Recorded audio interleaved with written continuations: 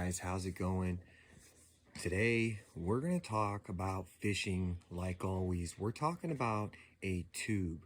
Today I want to talk about modifying a tube, how to fish a tube in, we're going to talk about a variety of techniques, advanced methods for you guys to rig your tubes and get on bites you may not be getting on, and catch a lot of fish you may not be. And these styles are going to allow you to really just allow you to use that tube in so many different ways. So let's go ahead and get right into it. One of the things that a tube is phenomenal, one of the greatest things about a tube is, there's a lot of action going on with very little on your part. So you don't actually have to work anything. There's a lot going on down there. So the more, you've got wind, the more you've got a really windy day or some chop on the water, low light conditions, things like that, that tube's going to really excel.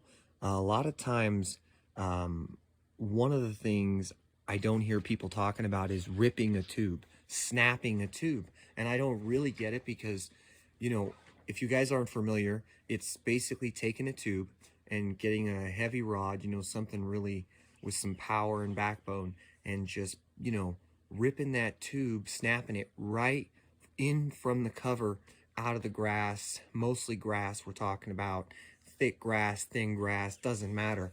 You're snapping it up, and a lot of times it creates a reaction. These bass don't really think about it, they just react, so very effective way to fish all throughout, the year except winter.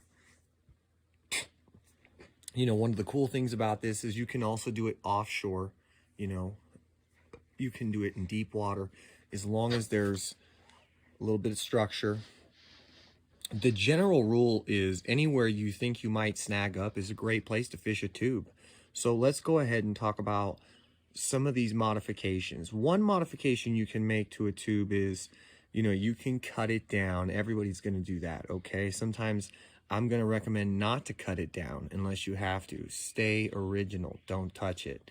It's been designed that way for a reason. Adding rattles is a big deal. A lot of people talk about insert a rattle. It matters in certain situations. They actually want the rattle. Like, I don't fish silent jerk baits. I fish the ones with rattles. So there's something to that, and sometimes that's what the fish want. What a lot of people don't talk about is bells. And you might be asking, what do you mean? So, like the craft bells, Christmas bells, those type of craft bells, they're miniature, very small, millimeter size. You go ahead and you get those and you insert those inside there. Oh yeah, you can actually get away with inserting more than one. And these bells, I gotta tell you, they're pretty phenomenal. It's my secret, but I'm sharing it with you guys. Bells, craft bells, miniature, put them in there. They have an entirely different sound. Brass and glass, you guys already know, right? The lead and some glass beads. We like 2 glass beads. That's going to be more productive than 1. That's going to get an entirely different sound. Now, there's a lot of ways to go ahead, and the rigging, like, Texas and weightless.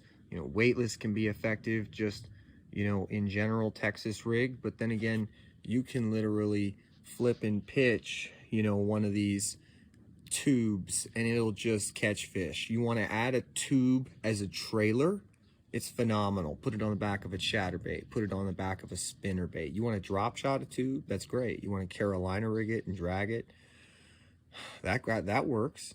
You want to power fish that and just cover water, go for reactions, that's gonna work. You want to wacky rig it, Texas, yeah, we already talked about that. So one of the other things that I don't see a lot of people do, is get some like flash. So you can get some of that 99-cent or whatever it is, it might be less, for some Christmas tinsel. Maybe you have some, you probably do, or somebody has a bunch that just lays around, and you get some of that tinsel and just get a needle with a hook, bend a wire, piece of wire on one side, and you just want to insert that into the center of the tube. A lot of times adding that flash is a more subtle way to get the fish's attention. Obviously, silver and gold are the ones that are extremely productive, and they also kind of give you that it gives you a different look. You know, it kind of just gives you that extra lifelike look. So another way, you know, a lot of people, they talk about fishing a shaky head, fishing a tube and inserting some type of a head, a jig head.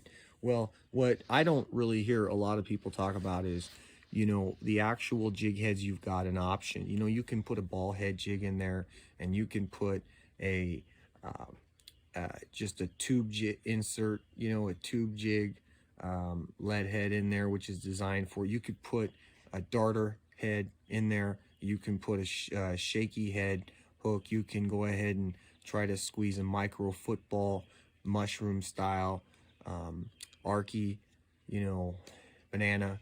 I mean, it goes on and on. So, I mean, as far as all these different heads go, you know, each one is going to fall slightly different.